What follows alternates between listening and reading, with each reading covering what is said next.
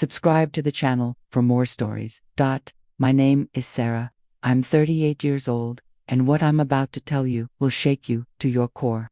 I need to share this before it consumes me completely. Because the secret I discovered 3 months ago has turned my entire world upside down. For 12 years, I believed I was living the perfect marriage with the perfect man. Everyone saw us as the ideal couple, Mark and Sarah, high school sweethearts, who made it work, who built something beautiful together. But the truth was so much darker than anyone could have imagined. That Tuesday evening started like any other. Mark was working late again. Something that had become increasingly common over the past few years. I was in the kitchen preparing dinner, humming softly to myself, completely unaware that my life was about to explode into a million pieces. The doorbell rang at exactly 7:30, and I remember thinking it was probably our neighbor Mrs. Chen with another one of her famous carols. I wiped my hands on my apron, walked to the front door, and opened it with a smile that instantly froze on my face. Standing on my doorstep was a girl who couldn't have been more than 16. With Mark's distinctive green eyes and his stubborn chin, she had long dark hair and wore a nervous expression that immediately reminded me of how Mark looked when he was anxious. But what stopped my heart wasn't just her resemblance to my husband, it was the way she looked at me, as if she knew exactly who I was while I had no idea who she could possibly be. "Are you Sarah?" she asked, her voice trembling slightly. "Sarah Mitchell." The way she said my name sent chills down my spine. There was something in her tone, a familiarity that shouldn't have existed, a knowledge that felt impossible. I nodded, slowly, my mind racing to understand what was happening. Why this girl who looked so much like Mark was standing at my door asking for me specifically. "I'm Emma," she said, taking a deep breath. "I think we need to talk." But what she said next absolutely destroyed me. "I'm your husband's daughter," Emma said, her words hitting me like a physical blow. The world tilted on its axis, and I had to grip the doorframe to keep from falling. My mind immediately rejected what I was hearing. It was impossible. It had to be some kind of mistake, some cruel joke that would make sense in a moment. Mark and I had been trying to have children for years, going through fertility treatments, heartbreak after heartbreak.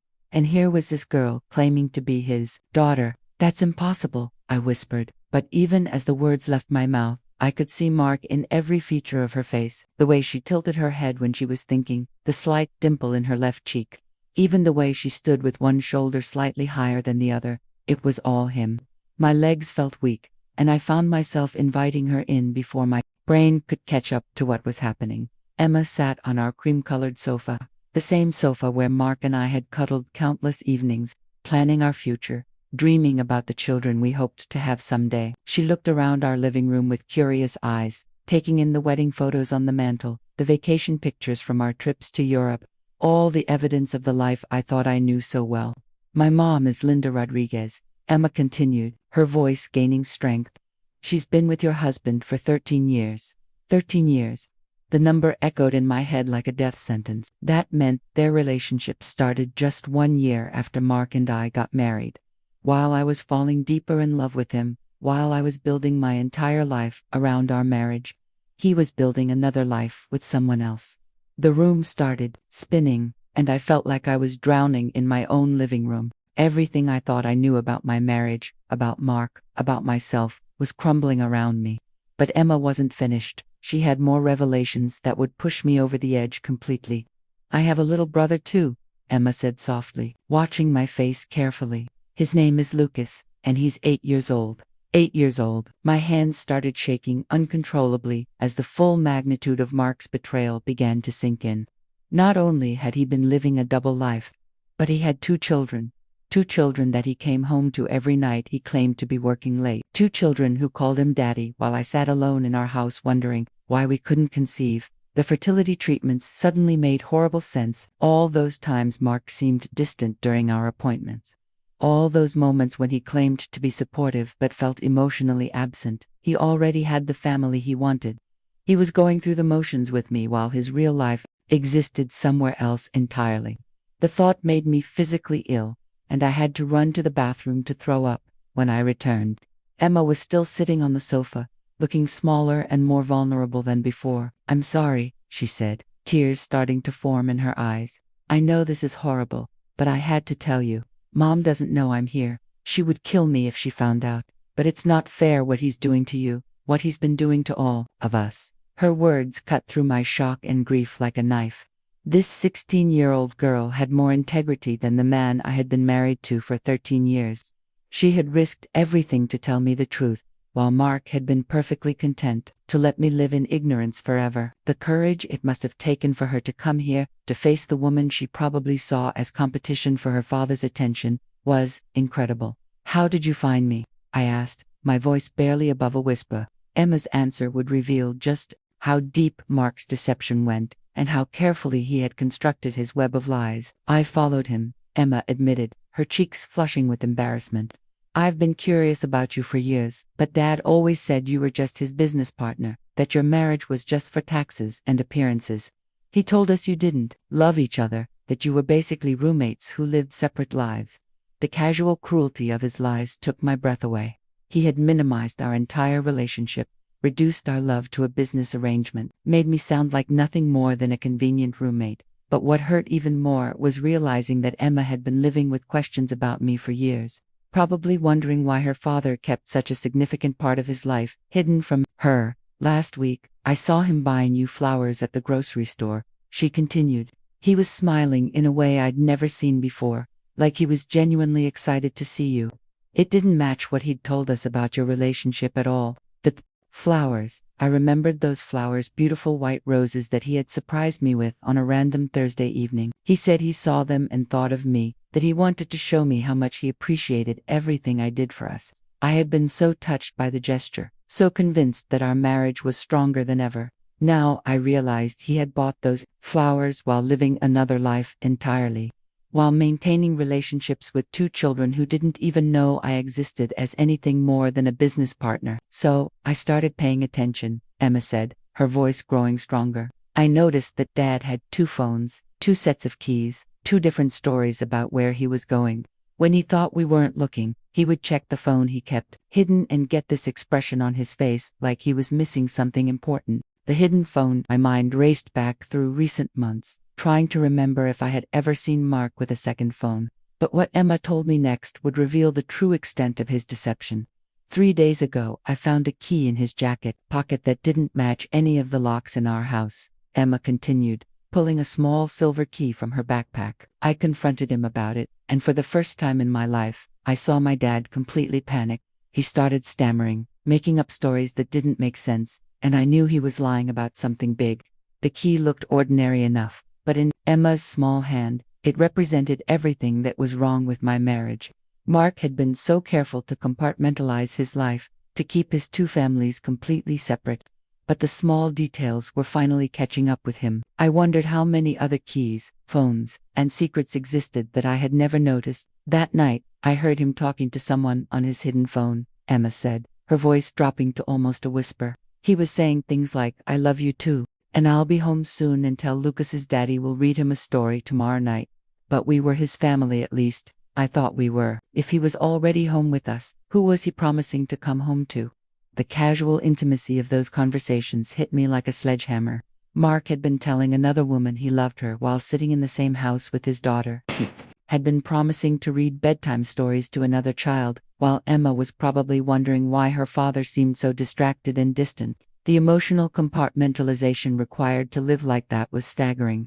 "I couldn't sleep that night," Emma continued. "I kept thinking about all the times Dad had missed my school events because of work, all the holidays he seemed sad during, all the phone calls he took in private. Everything started making sense in the worst possible way." But what Emma discovered next would reveal the final piece of Mark's carefully constructed lie, and it would change everything I thought I knew about my own life. "Yesterday, I followed him after school," Emma said, her voice barely audible now. "I took the bus and got off 3 stops after his car, then walked back. He went to a house about 10 minutes from here, a house with a garden and a swing set, and a mailbox that said the Mitchell family." The Mitchell family. He had given his other family our name, our identity, while making me feel like I was somehow incomplete for not being able to give him children. The proximity of his other house made everything so much worse. He wasn't maintaining a long-distance relationship or sneaking away to another city. His other family lived 10 minutes away from me. All those times he said he was working late, he was probably tucking his children into bed. All those business dinners and weekend conferences were likely family barbecues and soccer games. He had been living parallel lives in the same neighborhood, and I had been completely oblivious. I watched through the window, Emma continued, tears streaming down her face now. I saw him hugging a woman who looked nothing like you. She's younger, with blonde hair and a really warm smile. I saw him picking up a little boy who called him Daddy. They looked so happy together, like a real family, and I realized that everything I thought I knew about my father was a lie. The image of Mark with his other family was devastating, but what broke my heart was the pain in Emma's voice. She had discovered that her father wasn't the man she thought he was, and that discovery was tearing her apart just as much as it was destroying me. We were both victims of his deception, both casualties of his selfishness. But the worst part, Emma said, her voice cracking, was seeing how he looked at her. He looked at this other woman the same way he looks at my mom, the same way he probably looks at you. Like she was the only person in the world who mattered. That's when I realized that Mark wasn't just living a double life, he was living a triple life. And none of us knew about the others. My world completely shattered as the full truth hit me. Mark wasn't just cheating on me with one woman, he was maintaining relationships with multiple families, juggling multiple lives, multiple identities. Emma's mother Linda thought she was his primary relationship. I thought I was his wife and only love. And apparently, this third woman with the blonde hair also believed she was special to him. The level of manipulation and deception required to maintain such a complex web of lies was sociopathic. How long have your parents been together? I asked Emma, dreading the answer but needing to know the full scope of Mark's betrayal. Her response confirmed my worst fears. 13 years, she said. Mom always told me that Dad had to travel a lot for work, that's why he wasn't around every night. She said he had an important job that required him to be away from home frequently, but that he loved us more than anything. The parallels between her mother's story and my own experience were chilling. Mark had used the same excuse work to justify his absences to both families. I started laughing hysterically, which scared Emma until I explained that it wasn't amusement but pure shock. He told me the same thing, I said. All those late nights, all those business trips, all those weekend conferences. I believed every single excuse because I trusted him completely. The realization that Linda and I had been living nearly identical lives was surreal. There's something else, Emma said hesitantly. When I saw him with that other woman yesterday, I heard him call her honey and tell her he'd missed her. But he uses the same pet name for my mom. I'm starting to think there might be even more families we don't know about. The possibility that there were other women, other children, other versions of the life I thought was uniquely mine, made me feel like I was losing my sanity. How many Sarah Mitchells were there? How many women believed they were married to Mark Mitchell? How many children thought he was their devoted father? I need to show you something, Emma said, pulling out her phone with trembling hands. I took pictures yesterday when I followed him. The photos she showed me were like looking into an alternate universe. There was Mark, my Mark, pushing a young boy on a swing, while a blonde woman watched and smiled. There was Mark, grilling burgers, in a backyard I had never seen, wearing the same apron he used at our house. There was Mark kissing this woman goodbye as he left for what I now realized was probably his evening with me. Each photo felt like a physical assault. The casual intimacy, the obvious comfort and familiarity between them, the way Mark looked, completely at home in this other life, it was all devastating. But what made it worse was seeing how natural he looked, how genuinely happy he seemed. This wasn't a man who was struggling with guilt or torn between two lives. This was a man who had compartmentalized so completely that he could be fully present in each relationship without any apparent internal conflict. The little boy, Lucas, he looks just like Dad did in his childhood photos, Emma said softly. And the woman, she was wearing a wedding ring. I think Dad married her too. The wedding ring detail hit me like a truck. If Mark had married this other woman while still married to me, that meant our entire marriage was a fraud. It meant that not only had he been cheating, but he had been committing bigamy, making our legal union meaningless. I thought about our wedding day. How radiant Mark had looked. How he had cried during his vows when he promised to love only me for the rest of his life. Had he already been with Linda then? Had he been planning this double life, even as he was promising me fidelity? The thought made me feel sick to my stomach. Emma, I said, my voice shaking, I need to ask you something, and I need you to be completely honest with me. Has your father ever mentioned being married to anyone? Emma's face went pale as she processed my question. He told my mom they were married, she whispered. They had a ceremony when I was 3. I remember it because I was the flower girl. They have wedding photos all over the house, and Mom has always worn a wedding ring. She introduces herself as Mrs. Mitchell. The room started spinning again as I realized that Mark had married at least 2 women, possibly 3, while maintaining the fiction that each relationship was his only real commitment. The audacity of it was breathtaking. He had stood in front of witnesses multiple times, making the same promises, wearing the same smile, probably using similar words of love and devotion. But if he married your mom, and he married me, then I couldn't finish the sentence. The legal implications alone were staggering, but the emotional betrayal went so much deeper than paperwork and fraud. Every anniversary Mark and I had celebrated was meaningless. Every time he had renewed his vows of love to me, he had been lying not just about fidelity but about the very foundation of our relationship. I think my dad is a sociopath, Emma said quietly, voicing what I had been afraid to think. Normal people can't live like this. Normal people can't look their family in the eye every day while maintaining completely separate lives with other families. The level of deception and manipulation required, it's not human. Her assessment was probably accurate, but it didn't make the pain any less real. I had spent 13 years of my life loving a man who was essentially a stranger, a man who could lie so effortlessly that I had never suspected anything was wrong. Every memory I had of our relationship was now tainted by the knowledge that it had been built on deception. Emma, I said, making a decision that would change everything. We need to find out how many other families there are, and we need to tell everyone the truth. Your mother deserves to know, the blonde woman deserves to know, and any other women out there deserve to know what kind of man they're involved with. The next morning, Emma and I met at a coffee shop to plan our investigation. She had told her mother she was staying late at school for a project. Another lie in a web of lies that Mark's deception had forced us all to weave. I had called in, sick to work, unable to face the normalcy of my routine when my entire life had been revealed as a fiction. I found the address of the house where I saw Dad with the blonde woman, Emma said, sliding a piece of paper across the table. It's 1247 Maple Street. I also found out her name by looking at the mailbox more carefully. It's Rebecca Mitchell. Rebecca Mitchell. Another Mrs. Mitchell. Another woman who believed she was the only one.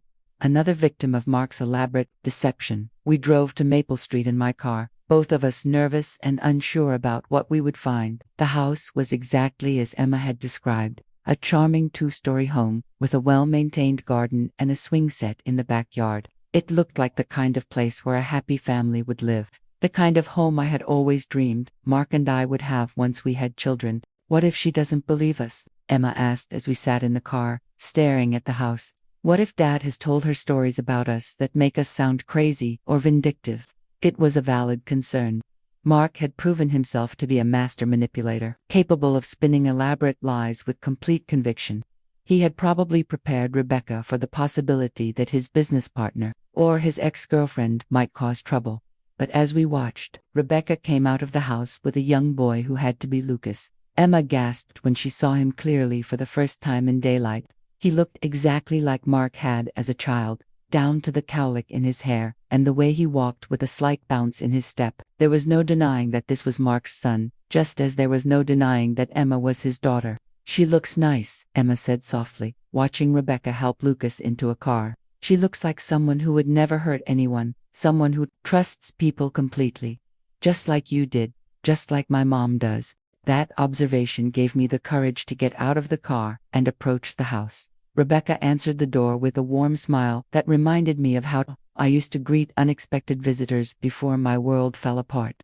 She was indeed young and blonde, probably in her early 30s, with laugh lines around her eyes and the kind of easy confidence that came from believing your life was exactly what it appeared to be. "Can I help you?" she asked pleasantly. Then her expression changed as she took in Emma's appearance. "Oh my God, you look just like Mark when he was younger. Are you related to him somehow?" Emma and I exchanged glances. This was the moment of truth, the point where we would either help Rebecca understand what was happening to her, or potentially destroy her life with information she wasn't prepared to hear. But she deserved the truth, just as I had deserved the truth all those years I lived in ignorance. "My name is Sarah Mitchell," I said, watching Rebecca's face carefully. "I'm Mark's wife." Rebecca's smile faltered, but she didn't look shocked or confused.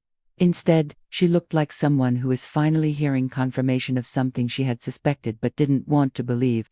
"That's impossible," Rebecca said, but her voice lacked conviction. "Mark and I have been married for 9 years. We have a son together. You must be mistaken. Or maybe you're talking about a different Mark Mitchell." But even as she spoke, I could see the doubt creeping into her eyes, the recognition that the girl standing next to me looked too much like her husband for this to be a coincidence. "I'm Emma," Emma said gently. "Mark is my father and my mother. Linda Rodriguez has been with him for 13 years. She thinks they're married too." Rebecca's face went white as the full implication of our words hit her. She gripped the doorframe for support, the same way I had when Emma first appeared at my door. "This can't be real," Rebecca whispered, but I could see in her eyes that she knew it was true. "Mark would never. He's not capable of." But her words trailed off as she realized that she didn't actually know what Mark was capable of. What happened next was both heartbreaking and empowering.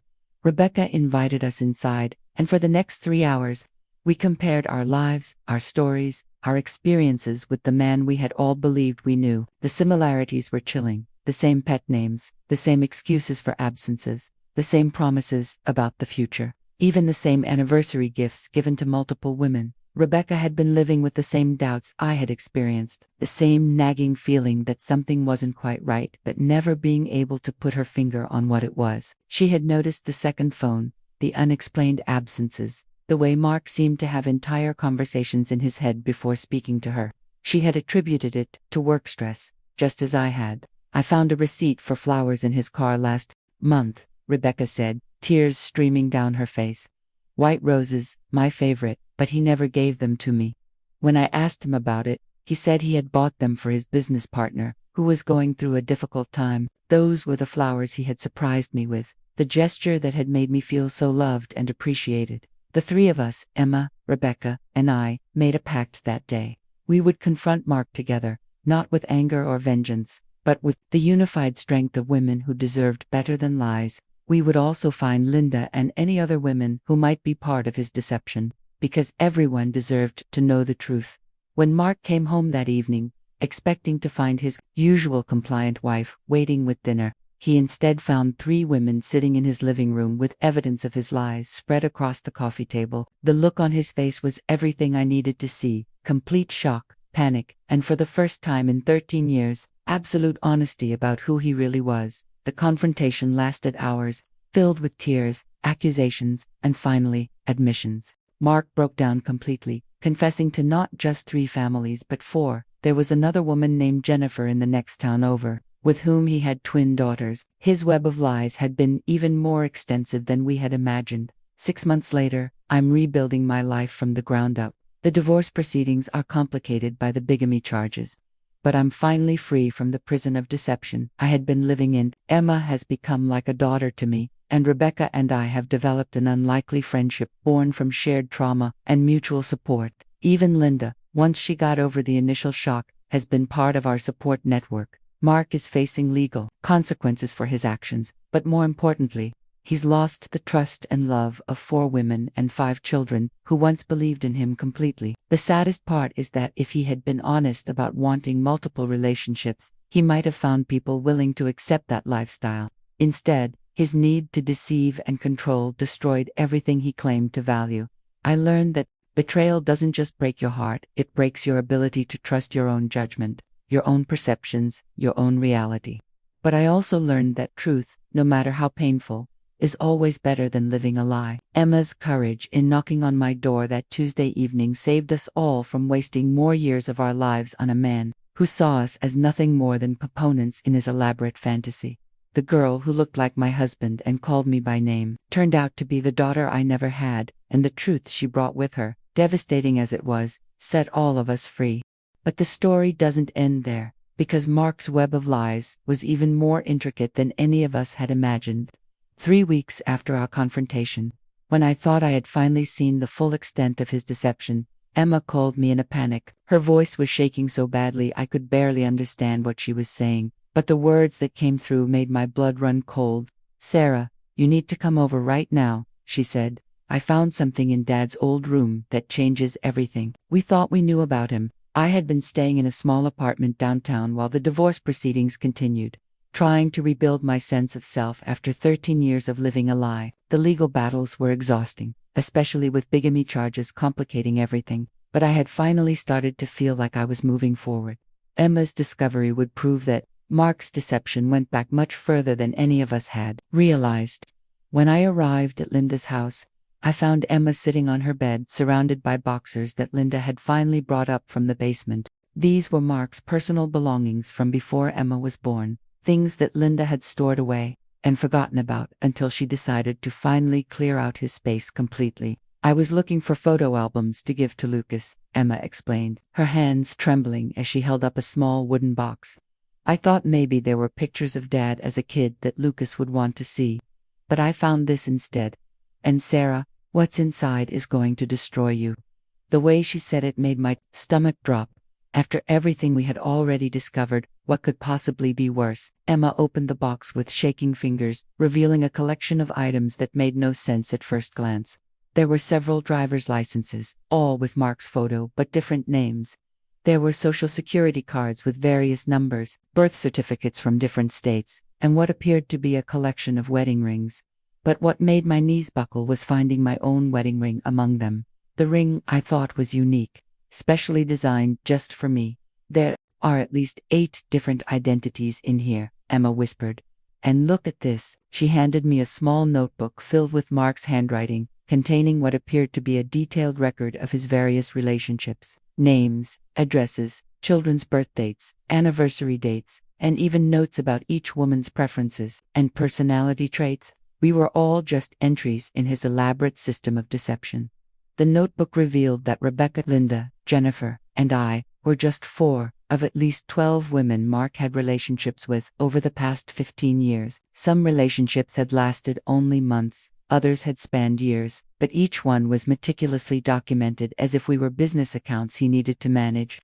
The clinical nature of his record-keeping was perhaps the most chilling aspect of all, but what Emma showed me next would reveal the true depth of Mark's psychological manipulation. And it would explain how he had been able to maintain such an elaborate web of lies for so long without any of us suspecting the truth. The notebook contained detailed psychological profiles of each woman, written in Mark's neat handwriting like we were subjects in some twisted experiment. Under my name, he had written, "Sarah, highly trusting, believes in traditional marriage values, responds well to romantic gestures, easily satisfied with simple explanations for absences, weakness, desperate for children, will overlook inconsistencies if given hope about fertility treatments." Reading those words felt like being dissected while still alive. Every intimate conversation we had shared, every vulnerability I had revealed, every fear and hope I had confided in him, had been catalogued and weaponized against me. He had studied me like a specimen, learning exactly how to manipulate my emotions to keep me compliant and unsuspecting. Linda's profile was equally devastating. Linda, independent but craves stability, proud of her strength, responds to being treated as an equal partner, needs to feel special and chosen. Weakness, fear of abandonment due to father issues, will accept limited availability if convinced she's the priority. Emma's face crumpled as she read about her mother's deepest insecurities being used against her. Rebecca's entry read, "Rebecca, young and optimistic, believes in fairy tale romance, easily impressed by grand gestures, desires traditional family life. Weakness, inexperienced with relationships, trusts completely once commitment is established." Each profile revealed how Mark had tailored his approach to exploit our individual psychological vulnerabilities. But the most disturbing discovery was a section titled Rotation Schedule, where Mark had actually planned out his time with mathematical precision: Monday and Tuesday nights with Linda, Wednesday and Thursday with Rebecca, Friday through Sunday with me, with specific holidays and special occasions assigned to different families. We had all been living according to his predetermined schedule without knowing it. "He planned everything," Emma said, her voice filled with disgust. "Every surprise visit, every cancelled plan, every excuse about work, it was all calculated to maintain his rotation system. We were never spontaneous relationships to him. We were appointments in his calendar. The notebook also contained what appeared to be backup plans for various scenarios. If one relationship became suspicious, he had strategies for redirecting attention. If someone discovered evidence of another family, he had prepared explanations that would make the discoverer question their own sanity. The level of premeditation was sociopathic, but Emma wasn't finished with her revelations. She pulled out a manila folder that would expose the financial dimension of Mark's deception, showing how he had been systematically stealing from all of us to fund his elaborate lifestyle. The financial records Emma found were staggering in their complexity and audacity. Mark had been running an elaborate Ponzi scheme using his multiple families as unwitting investors in his deception. Each of us had been contributing to household expenses, believing we were building a shared future with him, while he was actually using our money to finance his relationships with other women. "Look at this," Emma said, spreading out bank statements across the bed. Dad had separate accounts for each family, but he was moving money between them constantly. The flowers he bought for you, Sarah, were paid for with money from my mom's account. The vacation he took with Rebecca was funded by money he took from Jennifer's joint account. The documentation showed that Mark had been forging signatures, creating fake investment opportunities, and even taking out loans in our names without our knowledge. He had convinced each of us to contribute to various business ventures that never existed, using one family's money to pay for another family's expenses in an endless cycle of financial manipulation. I remembered the investment opportunity Mark had presented to me 6 months earlier, a chance to buy into a friend's restaurant that would provide passive income for our future family. I had liquidated my savings account and given him $12,000. Money that, according to these records, had been used to pay for Lucas's private school tuition and Rebecca's engagement ring upgrade. He promised my mom they were saving for a house, Emma said, tears streaming down her face. She gave him her entire inheritance from my grandmother, $30,000 that was supposed to be for my college fund. But according to this, that money went toward down payments on 2 different apartments that he was using as meeting places for other relationships. The scope of the financial fraud was overwhelming. Mark had stolen over $200,000 from his various families, money that represented our dreams, our security, our children's futures. He had turned our love and trust into a criminal enterprise, using our emotions to fund his addiction to deception and control. But what made the financial betrayal even worse was discovering that Mark had been planning his exit strategy all along. Hidden in the folder was documentation for offshore accounts, fake identities prepared for international travel, and what appeared to be a detailed plan for disappearing completely once his web of lies became too complex to maintain. "He was going to abandon all of us," Emma whispered. "There are plane tickets here dated for next month, a new passport with a different name, and documents for a bank account in Costa Rica. He was planning to take whatever money he could steal and just disappear, leaving all of us with nothing but debt and destroyed lives." The realization that Mark had never intended to maintain his relationships long-term was perhaps the cruelest revelation of all. While we had been planning futures with him, he had been planning his escape from us. But Emma's investigation into Mark's belongings revealed something even more sinister than financial fraud and planned abandonment. At the bottom of the wooden box, wrapped in an old t-shirt, she found a collection of items that suggested Mark's deception went far beyond multiple relationships and financial manipulation. "Sarah, I don't know if I should show you this," Emma said, her face pale with fear, "but I think Dad might have hurt people who got too close to discovering the truth." She unwrapped the t-shirt to reveal a collection of driver's licenses and identification cards belonging to women I didn't recognize, along with what appeared to be obituary clippings and news articles about missing persons. My hands shook as I examined the items. There were 7 different women's IDs, all from various states, all approximately the same age range as Mark's known victims. The obituaries were for women who had died in accidents or disappeared under mysterious circumstances, and according to the dates, several of these incidents had occurred during periods when Mark had unexplained absences from his known relationships. "This one is from 3 years ago," Emma said, pointing to a newspaper clipping about a woman named Michelle Torres, who had disappeared while hiking alone in Colorado. "Look at the date. It's during that week when Dad told us he was at a business conference in Denver, but he told you he was visiting his sick uncle in Kansas." The implications were terrifying. Had Mark been involved in these women's disappearances? Were we looking at evidence of serial predation that went far beyond emotional and financial manipulation? The thought that I had shared a bed with someone capable of violence made me physically ill. Another clipping described the accidental death of a woman named Patricia Wells, who had allegedly fallen down the stairs in her apartment after neighbors reported hearing arguments coming from her unit. The incident had occurred during another one of Mark's unexplained business trips, and Patricia's driver's license was among the items in the box. "Emma, we need to call the police immediately," I said, my voice shaking. "This isn't just about adultery and fraud anymore. If Mark was involved in these women's deaths, then we might have all been in danger without knowing it. We might still be in danger." But Emma shook her head, her expression grim. "I already thought of that, but there's something else you need to see first. Something that proves Dad has been watching all of us since our confrontation 3 weeks ago.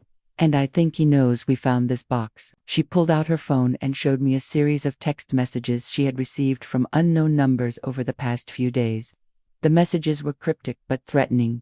Curious daughters sometimes find more than they're looking for. Some secrets are buried for good reasons. Family loyalty means knowing when to stop digging. The texts had been sent from different phone numbers, but the writing style was unmistakably Mark. He had been monitoring our activities, probably through methods we hadn't discovered yet, and he was trying to intimidate Emma into stopping her investigation. But what Emma told me next would reveal that Mark's surveillance of us was more extensive and invasive than we could have imagined. "He's been in my room," Emma said, her voice barely above a whisper. "While Mom was at work and I was at school, he somehow got into the house and went through my things. I can tell because items are in slightly different positions than where I left them, and my laptop had been moved, even though Mom swears she didn't touch it." The thought of Mark having access to Emma's private space, of him violating her safety in her own home, filled me with rage. This 16-year-old girl had shown incredible courage in exposing his lies, and he was responding with intimidation and psychological warfare. It proved that even after being caught, even after losing everything, Mark was still trying to maintain control through fear. "I found this under my pillow yesterday," Emma continued, pulling out a small digital camera. "It wasn't there when I went to bed, but it was there when I woke up. There's nothing on it, but the message is clear. He's watching me. He can get to me anytime he wants, and he wants me to know it."